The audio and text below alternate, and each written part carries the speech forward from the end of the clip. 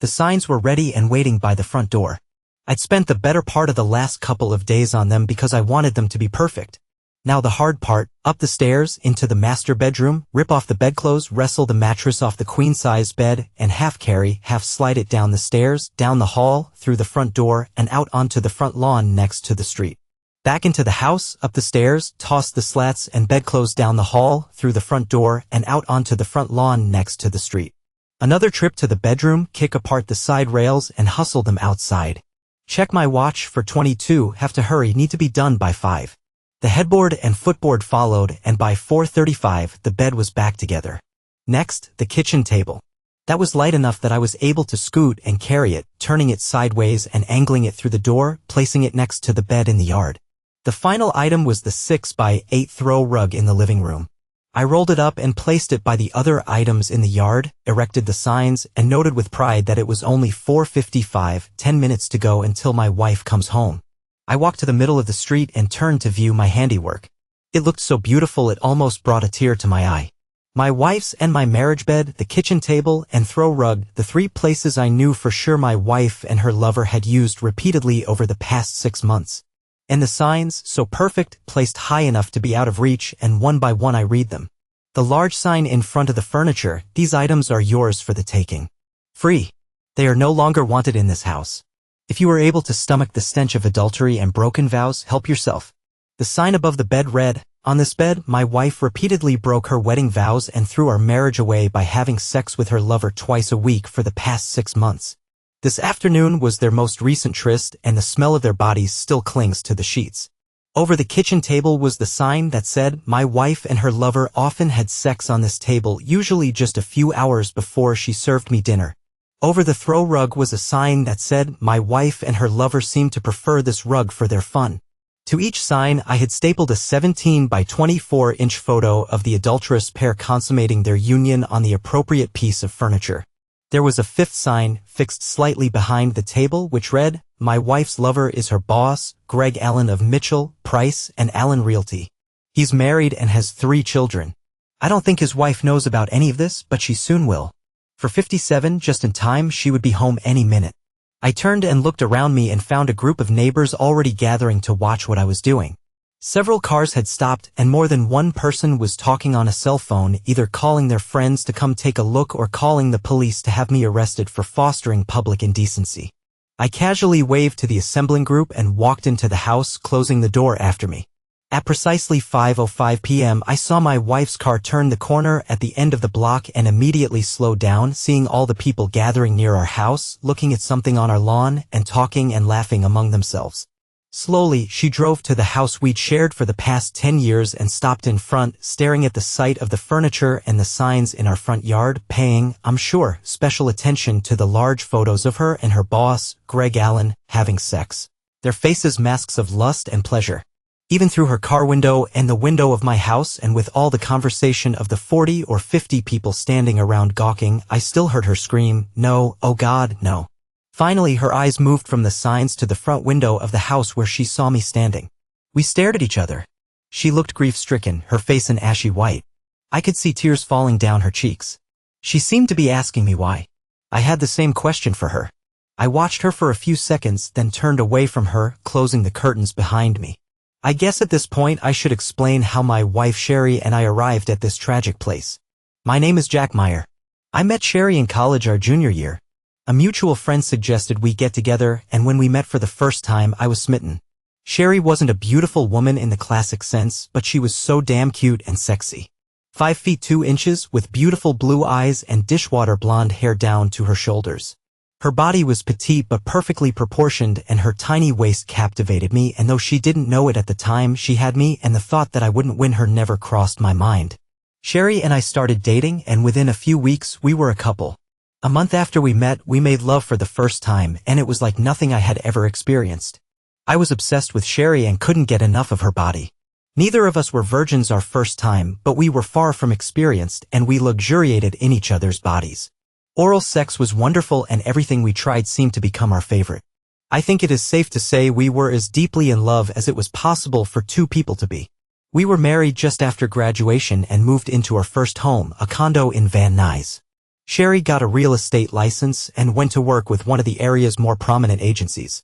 I used my engineering degree to snag a nice position with an electronic manufacturing company, and we settled into a life I thought was perfect. For the next 13 years, we shared a fabulous life together. First in our condo, then as our earnings increased, we bought our dream home and started our family. First came Shelby, now 8 years old, then 2 years later along came Ryan, who is now 6. Sherry and I loved those 2 kids to total distraction. We lived for each other and our family. So what happened? I wish I could tell you. I wish I could say I picked up on the little signs that told me something was wrong, but I didn't. I was totally oblivious, living in a world of absolute love and trust with my wife.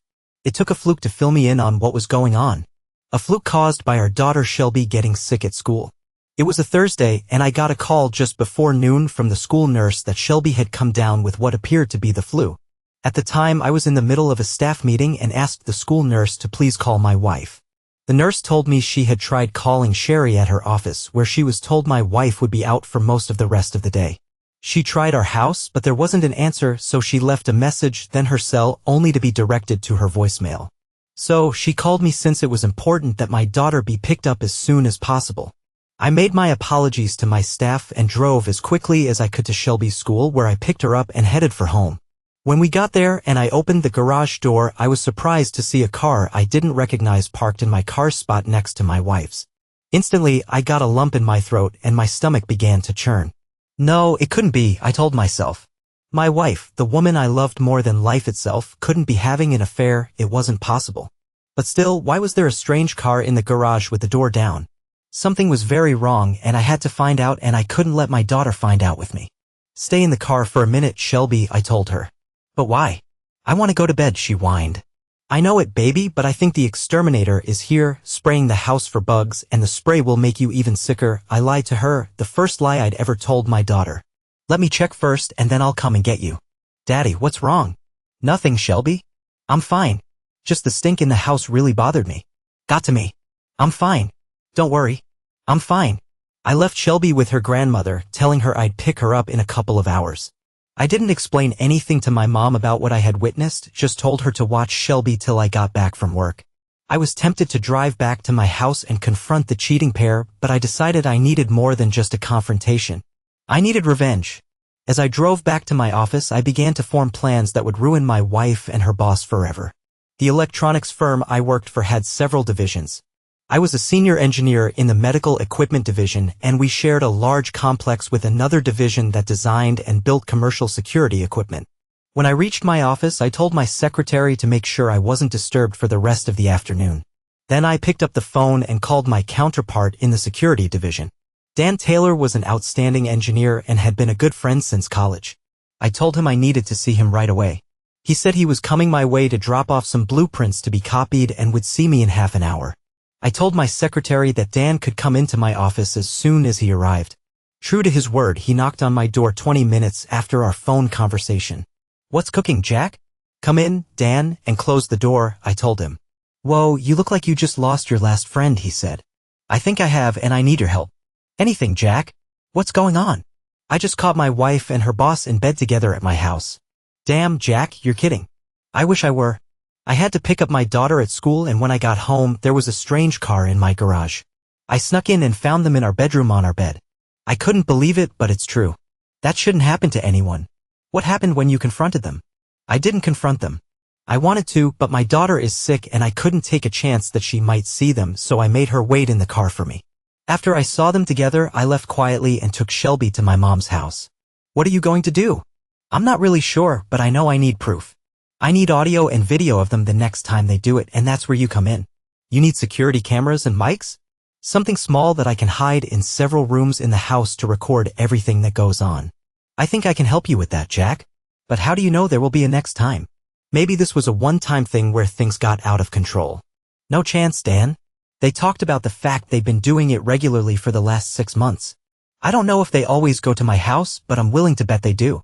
Hotels leave paper trails that neither of them can afford, and her boss's wife stays at home, so that leaves only my house available when I'm at work and the kids are in school. We talked for a few more minutes, then we got down to business. Dan said he had access to a new beta line of wireless miniature cameras and microphones that would work with my laptop or home computer.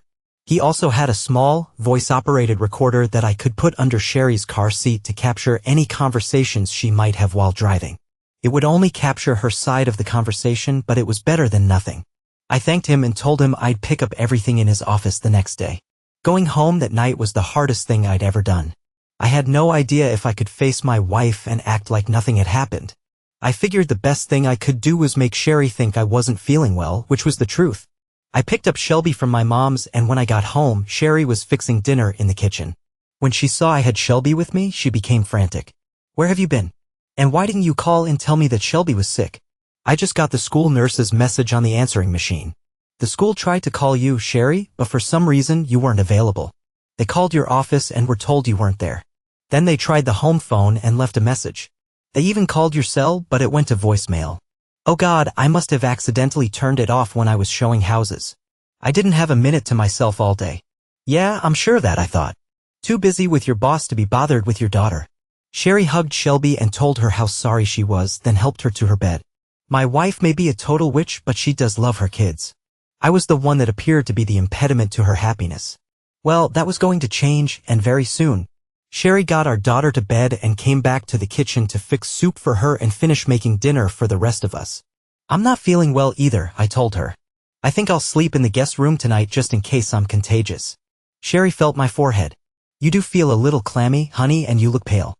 Yeah, I thought, pale and clammy, that's what happens when you catch your wife having sex with another man in your bed. I didn't answer her, just turned and climbed the stairs. I went first to the master suite. I hated to go in there, but I needed my shaving gear, toothbrush, and clothes for work the next day, so I forced myself to enter the room. A window was open, the smell of sex was gone, and the bed was made. She must have changed the sheets. It killed me to look at it. All I saw in my mind was her boss having sex with her while she told him how good it was and that she belonged to him and him alone forever. Anger rose inside of me like a wave, but I forced it down. I had to remain calm until I could bring the fires of hell down on both their heads, and I would. That was a guarantee. I would. I gathered the items I needed and went to the guest bedroom, closing the door behind me. I stripped down to my skivvies and climbed into bed.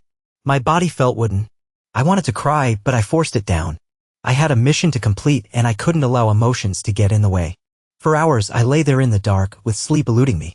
My wife came into the room after she'd fed the kids and put them to bed. I feigned sleep. She touched my forehead with the palm of her hand and then left the room, closing the door behind her. Sherry always took the kids to school, so I got up early, showered, and left the house before she got up. I'm sure that seemed strange to her, but I would just tell her that I needed to make up for the lost hours yesterday when I was feeling ill. Frankly, I didn't care what she thought at this point. I just wanted out. Out of what I thought until yesterday was a beautiful marriage built on lifelong loyalty, honesty, and commitment. How tragically wrong I was. I got to work before any of the office staff arrived, made a pot of coffee, and started laying out my plans. I knew I would need to cancel our joint credit cards, transfer half our joint checking and savings accounts into another bank under my name only. I would change my will, life insurance, and 401k beneficiaries, removing Sherry and naming only Shelby and Ryan. It seemed so little to have to do to dissolve the last 13 years of my life. It should be harder, and deep inside, I figured at some point it would be. I also knew I needed to find a good divorce attorney to try to keep Sherry from raking me over the coals. This was a no-fault divorce state, so adultery wouldn't play into the financial settlement. It might, however, help me get to keep my kids. Sherry had proven how unimportant I am in her life, but she was a good mom, and I didn't want to keep her away from her children. I just wanted joint custody so I would remain an important part of their lives too. I tried with all my might not to think about our love life and how humiliating it was to hear my wife tell her lover how superior he was to me in every way. I knew if I allowed myself to dwell on that right now, I would start to doubt myself, and I couldn't do that just yet. That I knew would come later, and when it finally hit me, it would likely destroy me. With my list finished, I called Dan's office. He was there and told me he'd have everything I needed by noon. He'd even come with me to help me install everything and make sure I knew how to use it. I tried to concentrate on getting some paperwork off my desk when my cell phone rang. I could see it was Sherry, so after 3 rings I answered it. Her voice never failed to make me feel warm, but this time, the warmth was just a precursor to burning anger. "Hi, baby. How are you feeling?" she asked in her most loving voice. Still a little sick to my stomach, I told her. If she only knew how sick. I'm worried about you, honey. You left this morning before I could check on you. Yeah, I have a lot of things I need to take care of and not a lot of time. So I came in early. Please, Jack, take care of yourself. I don't know what I'd do if something happened to you. You know you and Shelby and Ryan are my whole life. You have a very strange way of showing that, I thought to myself. But what I told her was, yeah, I'll be fine. Just need to get it out of my system. Well, if you're up to it tonight, I can think of a good way to make everything better for you. The which I thought, and to think I've been so stupidly blind that I used to swallow her nonsense hook, line, and sinker, but not anymore. She was about to get everything that was coming to her. Just bide my time. Sure, we'll see how I feel. Boy, you really must not feel well to be so disinterested in getting what you know belongs to you, baby. Not disinterested, Sherry, just a lot on my mind right now. See you tonight? I'll be home by 6, honey. If you need me for anything, just give me a call. I'm in the office all day today. That's what I needed to hear. I called Dan. He said he had everything ready and I should meet him at the door to the loading dock. We put everything into Dan's van, and with the two of us working on the install, we had it all in place and tested by 3:30. Then we installed the software on my home office PC and set up a secure folder to gather and hold everything the cameras and microphones picked up. We bugged the living room, kitchen, guest bedroom, and of course, the master suite, paying special attention to that room with 4 cameras that would capture virtually everything that went on there. As a final thought, we also installed a camera and mic in the master bath in case the loving couple decided to shower together after their rendezvous. Everything was automatically activated by motion with the cameras turning on the mics. I was ready. That night was the toughest one of my life. I couldn't convince myself to play the illness routine again, so after dinner, when the kids were asleep, I dutifully followed my wife to our room where I turned on my side away from her and pretended to go to sleep. Sherry seemed perturbed since we always cuddled before sleep. She spooned up against my back, draping her arm over me. Anything wrong, my love? She asked. No, Sherry, I told her, you have always satisfied me. I just wonder sometimes if I'm man enough for you. Jack, why would you say such a thing? You know you have always been enough man for me. My life would end if something happened to you. I'll never need anyone else as long as I have you. You are my perfect lover, man. Always have been. Always will be. Yeah, I guess that's just hard to believe sometimes. Jack, what is wrong with you? Nothing, Sherry, just tired, and I closed my eyes and tried to sleep. Sometime later I heard the sound of Sherry softly crying. I felt no pity for her, but I did wonder if she cried out of shame for what she was doing or because she felt like I was being mean to her. Again, I got up before she did and took the opportunity to install the voice recorder under the seat of her car. I also checked out the video and sound from the installed equipment and was assured that everything we'd done the night before was captured cleanly even in the low-light nighttime conditions in our bedroom. When Sherry got up at first, she was a little snippy, telling me I'd said some things the night before that had hurt her feelings. Then she gave me a peck on the cheek and her mood changed into a cheery one. I guess that's because of her plans for that afternoon with her boss. I poured her a cup of coffee and told her I would be locked in my office all day. She told me she had to spend the entire afternoon showing several homes and was pretty sure she was going to make a big sale, but she would be able to pick up Shelby and Ryan after school. With a peck on her cheek, I made my way to the garage door, only to have Sherry say, Jack, you forgot to tell me you love me, honey. You know how important it is to me to hear you tell me that every morning before we start our days. Sorry, Sherry. I guess by now I figured you should know how I feel about you. There's just a lot on my mind. Okay, I forgive you this time, but a girl needs to hear her man tell her that he loves her. Don't forget that. I promise I won't. And I walked out. Yeah, I'll tell some girl how much I love her if and when I ever find another girl I can trust enough to fall in love with. The information Sherry gave me about showing homes all afternoon led me to believe that she would likely be spending some time with the true love of her life. I hoped that was the case. I was tired of playing games. I wanted this whole disaster over and done with. I spent the morning actually getting some work done in my office, though I kept glancing at my watch. Finally, at noon, I told my secretary that I would be gone for a few hours and set my plan in motion. I checked out a company van and parked across the street from my house, where I waited to see what transpired. It took until almost 1 o'clock before I saw Sherry's car pull up to the house, open the garage door, and park in her usual spot. When she got out of her car and entered the house without lowering the garage door, I figured she was either going to leave again right away or she was expecting someone.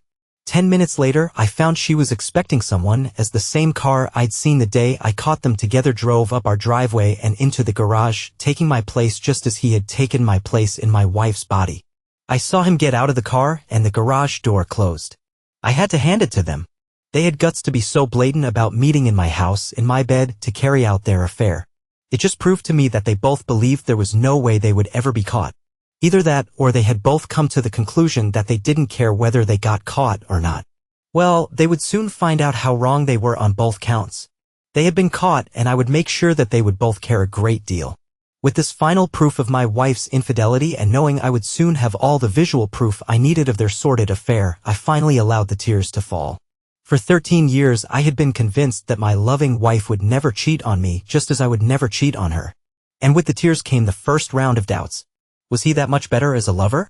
I saw that he wasn't any bigger than I was. Maybe he was better looking, though neither of us would win any stud awards. Why would she willingly take the chance on destroying our marriage and his marriage too, since she had to realize there was no way I would not tell his wife exactly what the two of them were doing? I so desperately wanted to walk into the house and confront them. But why? What would that accomplish? I'd catch them in the act. But hell, I'd already done that once, though they weren't aware of it. Would I feel better by beating the crap out of her lover? Yes, but I'd likely go to jail because of it, and frankly, by this time, neither one of them was worth it. My only worry was how all of this horror would affect my kids and his kids too, since I was prepared to destroy him just like he had destroyed me. By 2:30, they must have finished because the garage door opened and her lover backed his car out and left. 15 minutes later, my wife did the same thing, closing the garage door behind her. I knew she would return home with the kids by 3:30, so I hurriedly parked in the garage and made my way to my home office. I didn't want to take the time to review all the footage the cameras had recorded, just wanted to make sure the evidence I needed was safely on my hard drive. After 10 minutes, I'd seen enough.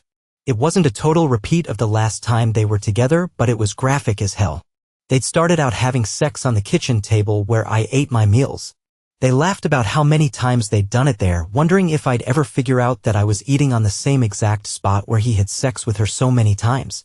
After that, they moved to our bedroom, but not before her lover suggested doing it in my daughter's room just for a change of scenery. My wife had a fit about that, telling him absolutely not. It was bad enough that she let him rub her husband's face in it, but her kids' rooms would always be off limits.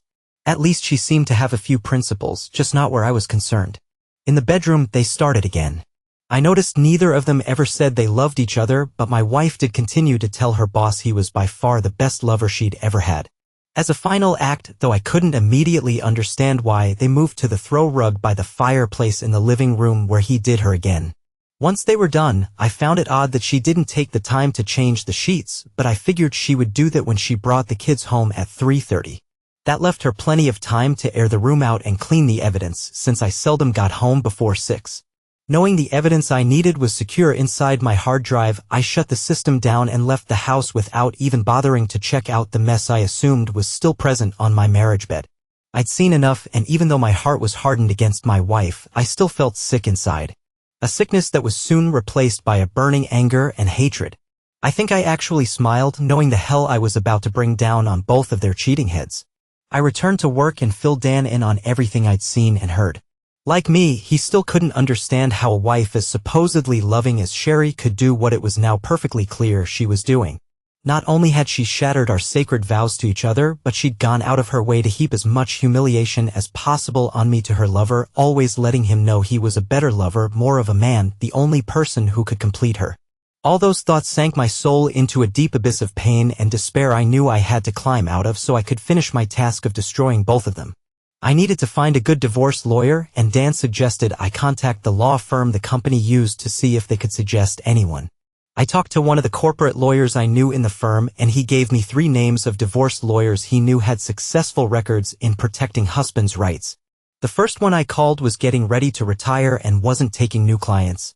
But the second one said he'd make time for me the next afternoon at 3. That taken care of, I resolved to take care of canceling credit cards, changing beneficiaries, and moving money around the next morning. When I got home that night, Sherry was in the kitchen fixing dinner while the kids did their homework in their rooms. She was wearing a yellow sundress and she looked beautiful, and for a minute I thought my heart would break all over again. She was smiling and seemed so happy. I figured it was her usual post-afternoon delight good mood. "Hey baby, how's my man?" I hope you had as good a day as I did, she told me, actually causing my eyebrows to rise in surprise. My day was interesting. Not that good, really, but I did discover several interesting things I wasn't aware of. Why was yours so great? I asked, knowing full well exactly why she was in such a good mood. I'm sure having sex with the world's greatest lover will make your day. I made a sale, she said. First one this week, but I think there might be another one on Thursday when I show some more homes. I guess this must have been your lucky day, I told her with less than great enthusiasm. Anything else special about today? Meet any interesting or special people? I asked. She gave me a strange look. No honey, just the usual. Work to get through my day so I can come home and be with my family. You know that's where my heart is. I nodded my head. I also know where your body is, or at least where it was, I thought as I headed up to our bedroom to change clothes. While I changed, I noticed that the sheets had been changed and the room aired out. There was still water on the shower floor, and I mentioned that to her when I returned to the kitchen. Did you shower sometime this afternoon? She physically jumped at my words and turned to me, a guilty look on her face. No, of course not, silly. Why would I do that? I don't know, but there's water on the shower floor and it never stays there more than a few hours. Oh, the drain is probably clogging up again, she said. Maybe, but I just cleaned it out a couple of weeks ago. Maybe someone is sneaking into the house to have a tryst with their lover and they shower after they've had a really good session of sex, I said. This time she froze in place for several seconds. She didn't turn to face me, just kept facing the counter with her head down, then continued to pull lettuce apart for a salad. My Jack, you certainly have a vivid imagination coming up with something like that. Yeah, that's me, I said. Mr. Imagination. Or is it ESP? Sometimes I think I can read people's minds. Well, if you could read my mind, you'd see how much I love you, and she attempted to laugh, but it sounded strained. I'll be in my office. Let me know when dinner is ready, I told her, and she turned slightly and looked at me. She looked worried. Dinner was quiet. Not a lot of conversation. Sherry seemed surprised when I took her usual place at the table and made her sit in my normal spot where she had sex with her boss a few hours before. Jack, you always eat in that place at the table. Why change now? Oh, it's just kind of nice to have a change of scenery for a change. Sherry gave me an odd look, and when she sat down, she didn't eat much, just more or less pushed food around on her plate. During dinner, the kids talked about their day, but Sherry and I just listened for the most part, making appropriate comments from time to time. After we'd all pitched in to help clean the dishes, I returned to my office to work on my project. I ran through footage from that day and picked out suitable still screens that I could turn into photographs, downloaded them to a photo file so that I could make large prints on my Epson T3000. Next, I carefully chose the wording for the signs I would create with the photographs. All that was left to do was see my lawyer to get the divorce started, get my finances in order, and wait till the next time my wife and her lover visited my house. When I finally went to bed that night, Sherry was already asleep, or at least pretended to be. I was pretty sure my actions that evening had given her something to think about. Not that it mattered. There was nothing she could do or say that would come close to changing my mind about divorcing her cheating self. And there was a slight bonus in the fact that I think I'd made her at least a little bit nervous. Today was Tuesday, and she'd mentioned that she thought she'd make another sale on Thursday. So I took that to be the signal that she and her lover would be getting together on that day. That would also be the day I destroyed them. The next morning, I again got up early, showered, and left before Sherry woke up.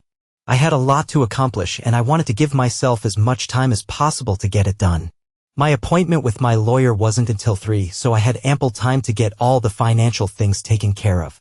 My first stop was at HR, where I changed the beneficiary on my life insurance and 401k from Sherry to Shelby and Ryan. I got some strange looks from the woman who helped me, but I didn't feel like I owed her or anyone else an explanation for my actions. My next step was to cancel all our joint credit cards and get another made out in my name only. Then it was time to head to the bank, where I transferred half of the money in our joint checking and savings accounts to another bank in my name. I knew I should do something about our home, but I was pretty sure the courts would let Sherry stay there with the kids, so I postponed any action on that front until I'd had a chance to consult with my lawyer. At 3, I met with my lawyer and found him to be a likable enough guy. He warned me that since we were in a no-fault state, I could expect her to get custody of Shelby and Ryan, and I'd lose the house and half of everything else to my wife, even if I had proof of her infidelity. I told him how I wanted him to write up the petition, and when he told me I'd never get away with taking almost everything from her, I told him not to worry. I was pretty sure I could convince her to go along with whatever I wanted. He wasn't happy, but he bowed to my demands, telling me he would have everything ready to have her served Friday morning. I also had him prepare papers to file against her boss and the company he was part owner in for purposefully destroying my marriage. Those papers were also going to be ready by Friday morning. I was set. When I got home that night, I was cool towards Sherry. Frankly, I'd had it and just wanted the whole thing over with so I could get on with my life. I knew there was a ton of pain and sorrow still to come, but I understood there was no turning back. Anyway, I'd finally be sharing the pain and suffering with my unfaithful wife and her despicable lover. After a quiet dinner with little conversation, I retreated to my man cave, printed the photos of the lovers I was going to use, and created the signs, accomplishing everything without interruption. I also had time to write a letter to Greg Allen's wife, enclosing 4x5 prints of the big photos I was using on the posters and telling her I had plenty of video to supply her with in case she decided to divorce her husband like I was dumping my wife. Shortly after 11, I went to our bedroom to make sure Sherry was asleep, then made my way to her car, retrieved the voice-activated recorder from under her seat, rewound, and listened to what was on it. I was only getting one side of the conversations, and there appeared to be several actual business calls, but there was one that appeared to be to Greg. I love her. Thanks again for this afternoon. Me too. I always miss you after we're together. Yes. Oh my God, would a whole week together be heaven? Yes. Maybe we can before long. We can make up a real estate convention that we absolutely must attend. You'll give me enough to drive me crazy. Yes, baby? Only you. You know, if I didn't have to give Jack some sex every once in a while to keep him happy, I would be your exclusive property. Yes, baby? We're on for Thursday afternoon. I can't wait either. Bye, baby. I was surprised to find that what she said didn't hurt as bad as it had before. Maybe there was hope for me yet. Little did she know how soon she would be his exclusive property forever, and of course, the fact that I was one day away from destroying their sweet lives gave me a warm feeling. Revenge, I was discovering, was powerful medicine. I replaced the tape with a new one and placed the recorder back under her seat, where I hoped it would record evidence of her torture the next day when her world fell apart. I barely slept at all that night, not because I was heartbroken. I'd gone beyond that. No, I had trouble sleeping, anticipating everything I hoped would happen the next day. For the final time, I got out of bed while Sherry continued to sleep. I stood looking down at the woman who had been the love of my life, the mother of my children, the woman I expected to spend the rest of my life with. I felt tears coming into my eyes as I realized I had slept with her for the final time.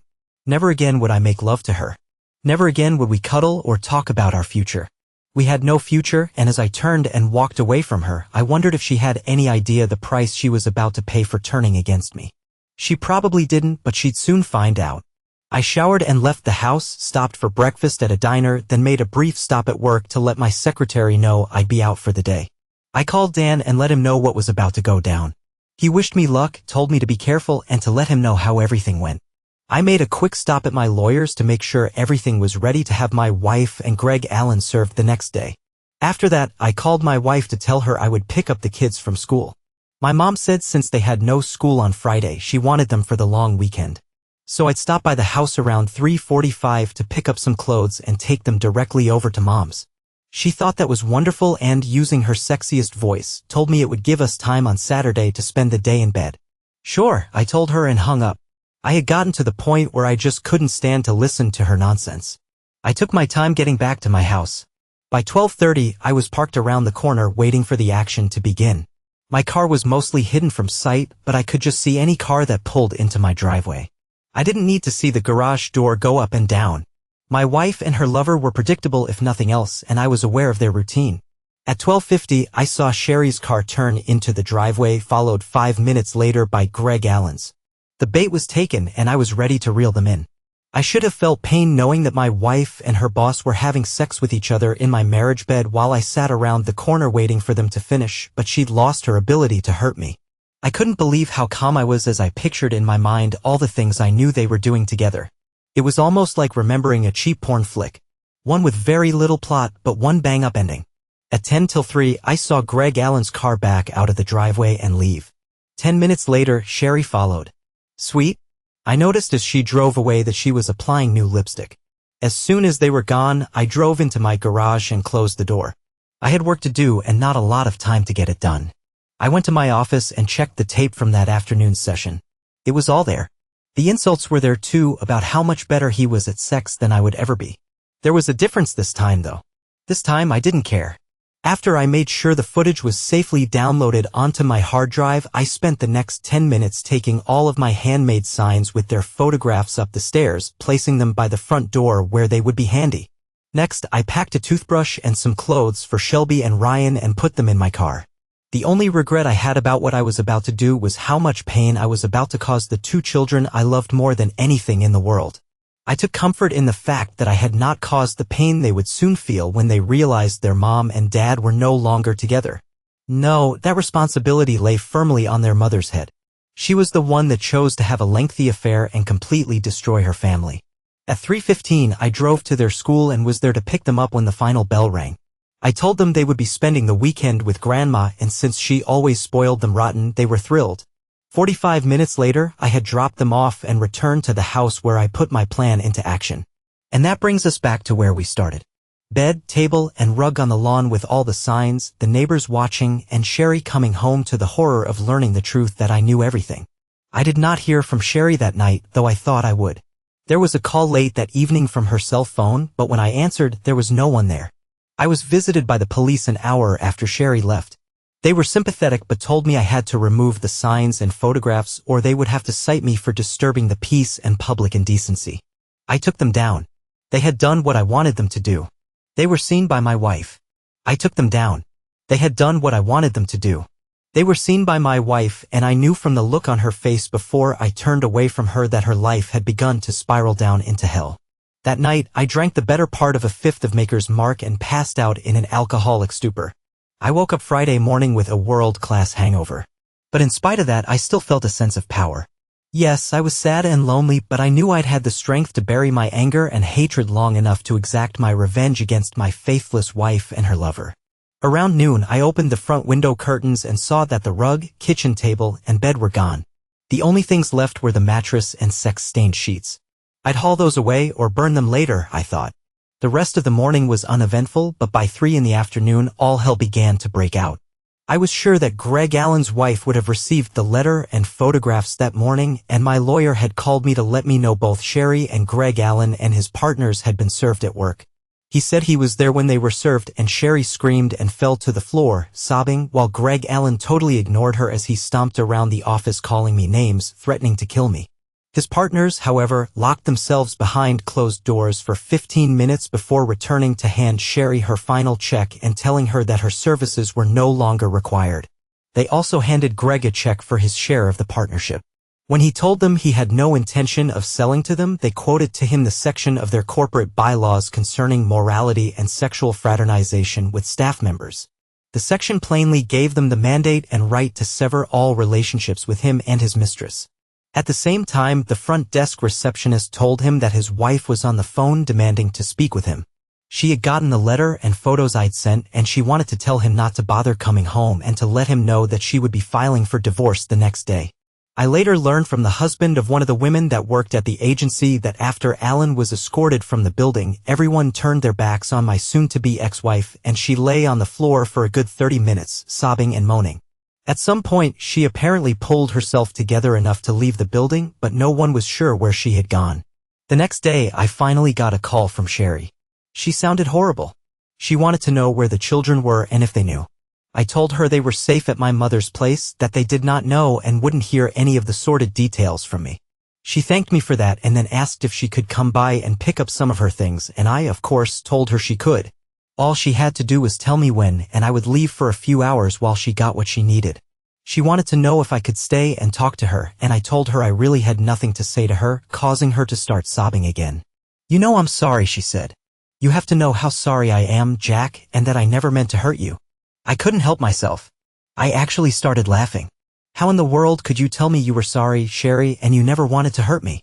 What did you think I'd do when I found out? Congratulate the two of you? I never wanted you to find out. I love you, Jack. I've never loved anyone but you." "I don't think you really believe that, Sherry. How could you? After telling your lover how much better he made you feel than I ever could, how he was the only man who could complete you, how every time I made love to you, all you could think about was wanting to have him inside you. Jack, I never said those things. How could you think I would ever say those things to him? Because I have the recordings of you saying those things to him, Sherry, every word. Telling him that if you didn't have to let me have sex with you every once in a while to keep me happy. I have it all, Sherry, every word, every shame you tried to place on my head to him, every degrading thing you could ever say about any man you said to your lover about me, your husband. I don't have anything to say to you, Sherry, and there is nothing you can say to me that would make even the smallest difference in how I feel about you. I love you, Jack. You have to believe that I've always loved you, only you. I don't know what made me say those things to Greg. You have to believe that I didn't mean any of it. I was just trying to build up his ego because he always told me how his wife was always putting him down. So let me get this straight. You constantly tore me down to him, belittling me and my pathetic efforts at lovemaking so you could stroke his ego and build him up because you felt sorry for him. Is that your story? You felt bad that his wife put him down, so you not only put me down but you had sex with him in every way possible for the last 6 months just to make him feel better about himself. Yes, Jack? I never meant to hurt you. I didn't mean any of it. If you didn't mean any of it, then why did you do it? I don't know, Jack. It just seemed dirty and I felt like I should be dirty with Greg. That's all it was with Greg. Fun and dirty sex. I had to keep it separate from what I had with you, which had to always be loving and clean. You really are one very sick puppy, Sherry. I'm amazed it took me so long to see it. Shame on me for being so blindly stupid. I don't love him, Jack. I love you. Please, Jack? If you can find it in your heart to give me a chance to make it right, I'll give you everything. I was so stupid. I only belong to you. Only you, Jack. You have to believe that. I made a mistake, but that can't be the end of us. Let me show you. I can come to you right now. Please, Jack? Please. Don't leave me. Sorry, Sherry. I don't love you and I don't have to leave you. You left me. The things you did with him and the degrading, humiliating things you said about me over and over and over again for over 6 months proved you don't love me. You can't love someone and wish him that kind of pain, harm, and humiliation.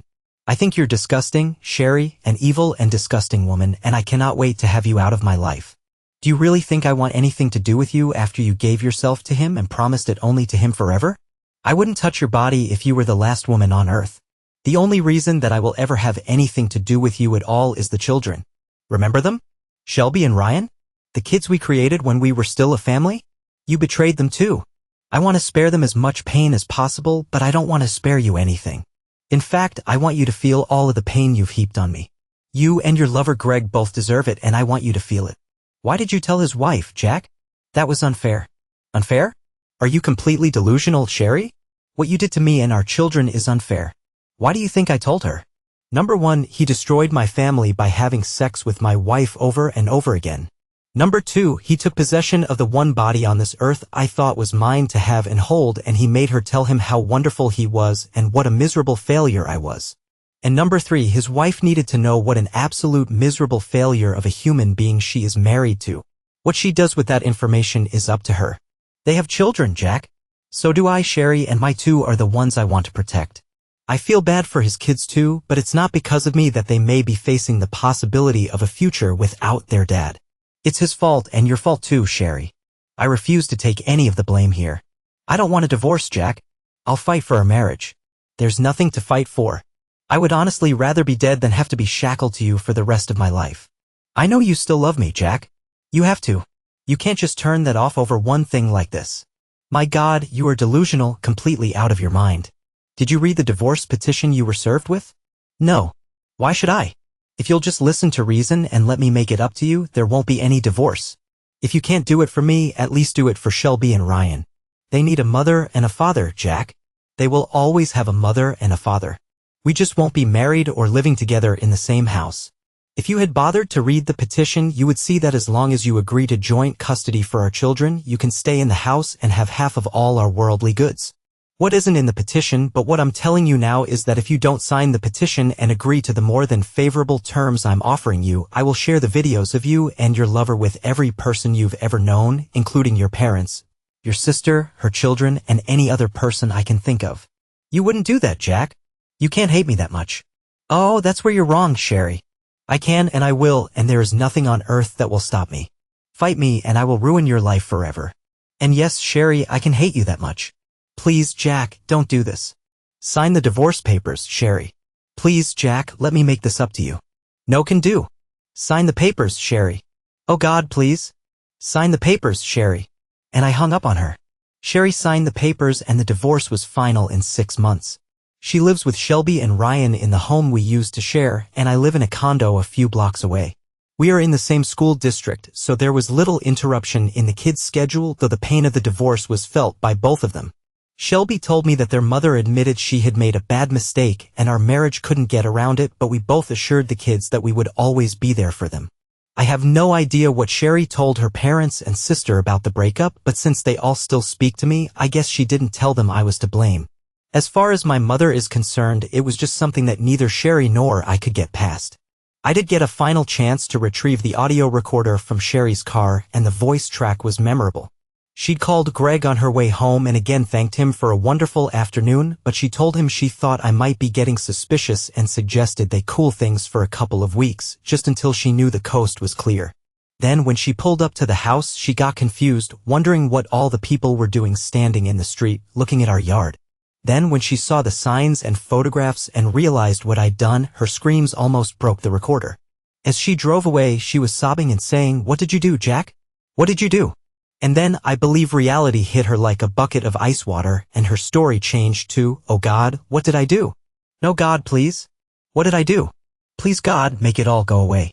She managed to call her lover, and when he answered, she screamed, "He knows, Greg. About us. Jack knows everything."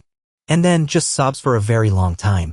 It's over a year now since the fires of hell washed over all of us, and gradually I am starting to put the pieces together again. I still do not date and likely won't for a while yet. The thought of a repeat of what I just went through has me still very leery of getting into another serious relationship. Shelby told me that her mom had gone out on a date one time but came home crying, and as far as she knew had not dated again. Sherry found a job as a receptionist in a retirement village and has given up real estate, at least for the moment. I've never learned if she stays in touch with Greg Allen, and I don't care. Greg Allen and his wife are divorced and he has been unable to find a job. You see, even though I did not send the video of their intimate sessions to anyone Sherry knew, I was not as kind to Greg. It seems that many businesses are spooked by the possibility of hiring someone with the reputation of seducing married women and breaking up marriages. Of course, I blurred Sherry's face in the videos, but I did leave all of the audio intact. I recently heard that Greg's former wife is dating a nice guy, a policeman, and it seems to be getting serious. Good for her. Oh, and speaking of Greg's former company, to avoid any bad publicity, they made a generous offer to keep me from suing them. I accepted it, and as far as I'm concerned, it's all behind me. For now, I'm just interested in my children and their future. Maybe one day my future will become important to me too.